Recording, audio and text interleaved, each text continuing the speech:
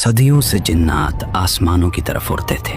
उनका मकसद फरिश्तों की बातें सुनना, मुस्तकबिल की खबरें चुराना और ज़मीन पर आकर जादूगरों के कानों में डालना।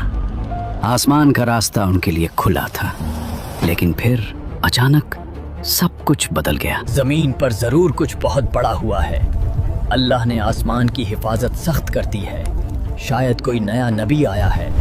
लेकिन फिर एक ऐसी रात आई जब आसमान के दरवाजे हमेशा के लिए बंद कर दिए गए। ये क्या हो रहा है? हजारों सालों से हम यहाँ आते आए, हमें कभी कोई नहीं रोक सकता था। आज आसमान के दरवाजे बंद क्यों हैं? जमीन पर जरूर कुछ बहुत बड़ा हुआ है। अल्लाह ने आसमान की हिफाजत सख्त कर दी है। शायद कोई नया नबी आया है। हमें क्या करना चाहिए? फैल जाओ, मशरिक और मगरिब में फैल जाओ, पता लगाओ वो ताकत क्या है। चलो फिर चलते हैं जमीन की तरफ।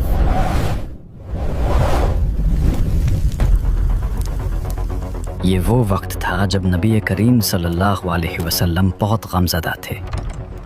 ताइफ के लोगों ने आप अलैहिस्सलाम पर पत्थर बरसाए थे। आप अलैहिस्सलाम को लहू लहान कर दिया था। आप सल्लल्लाहु अलैहि वसल्लम ताइफ से वापस मक्का जा रहे थे। दिल बहुत उदास और टूटा हुआ था। ताइफ के लोगों ने आप अलैहिस्सलाम की बात सुनने से इनकार कर दिया था। ऐसे में आप अलैहिस्सलाम वादी नखला में रुके और फजर की नमाज अदा करने लग गए और कुरान की तिलावत करने लग गए। ऐसे में जिन्नात जल्दी से वादी नखला की तरफ दौड़ पड़े। इक़रा बिस्मि रब्बिकल लज़ी खलक़, खलक़ल इंसान मिन अलक़, इक़रा व रब्बुकल अकरम, अल्लज़ी अल्लम बिल क़लम, कुल आऊज़ु बिरब्बिल फ़लक़। रुको, ये कैसी आवाज है? गौर से सुनो। फ़ाथाति फ़िल उक़द व मिन शर्रि हासिदिन इज़ा हसद। जन्नाते जल्दी से नबी करीम सल्लल्लाहु अलैहि वसल्लम के पीछे की तरफ आ गए। खलक़ल इंसान मिन वल्लाही, इक़रा व रब्बुकल अकरम। ये वही नूर है जो मूसा पर नाजिल हुआ था। ये आवाज दिल के अंदर तक उतर रही है। ऐसा कलाम हमने कभी नहीं सुना। सोचिए, वो जिन्नात जो हजारों साल से जिंदा थे, जब उन्होंने कुरान सुना तो फौरन पहचान गए। दिल जो आग से बने थे कुरान की ठंडक से पिघल गए। वहीं इसी लम्हे वो मुसलमान हो गए। ये कलाम उनके लिए बिल्कुल नया और मोजज़ाती था। वो खामोशी से कुरान सुनते रहे और उनके दिलों पर उसका गहरा असर हुआ। कुरान सुनने के बाद वो जन्नात उसी वक्त ईमान ले आए और अपनी कौम की तरफ वापस जाकर उन्हें डराया और इस्लाम की दावत दी। यूं रात के सन्नाटे में वो जिन्नात जल्दी से अपनी कौम की तरफ लौटते हैं। अंधेरी गारों और टूटे हुए खंडरात के दरमियान, जहां सदियों से उनका बसीरा था, वहां हजारों जिन्नात मौजूद हैं। सदियों से ये गार अंधेरे और झूठ का घर था। यहाँ इब्लीस की कहानियां सुनाई जाती थी और शिर्क का धुआं उठता था। लेकिन आज हवा बदल चुकी थी। वो जिन्नात जो आसमान की खबरें चराने गए थे, वो वापस लौट आए थे। मगर वो खाली हाथ नहीं लौटे थे। वो अपने सीनों में ऐसा नूर लेकर आए थे जो उस गार के अंधेरों को हमेशा के लिए खत्म करने वाला था। हर तरफ खामोशी छा गई। ऐ मेरी कौम, सुनो, आज हमने वो कलाम सुना है जो कानों ने उससे पहले कभी नहीं सुना। हमने एक अजीब और शानदार कुरान सुना है।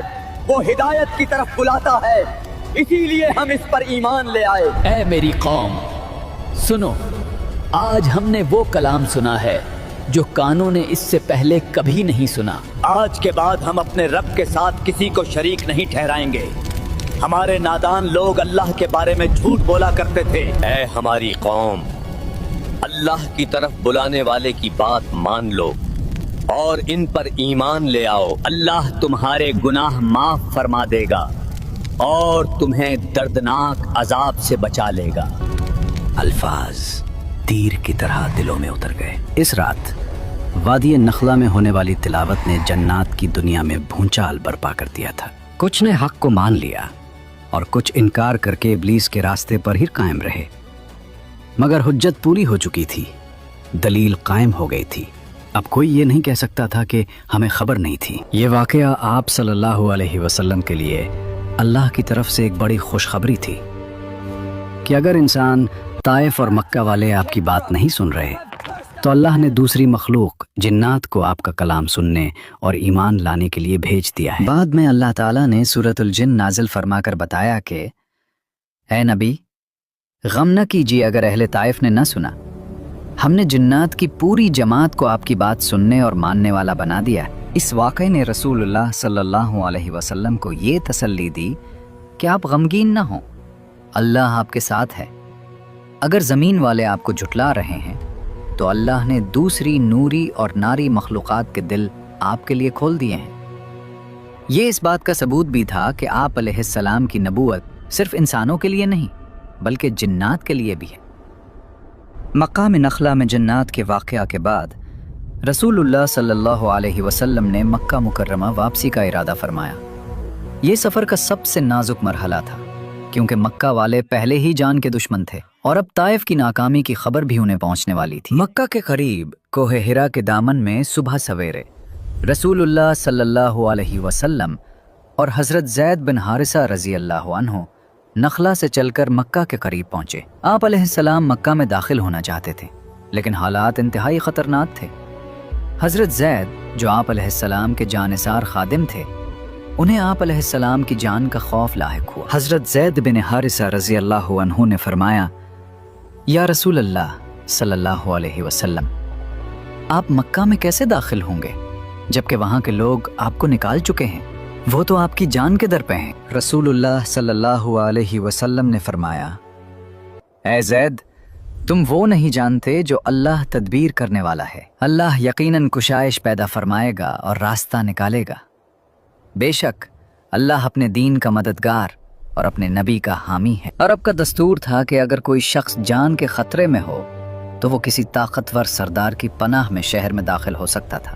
آپ علیہ السلام نے مکہ میں داخل ہونے سے پہلے مختلف سرداروں کو پیغام بھیجا۔ آخر میں آپ علیہ السلام نے مطعم بن عدی بنو نوفل کا سردار کے پاس پیغام بھیجا۔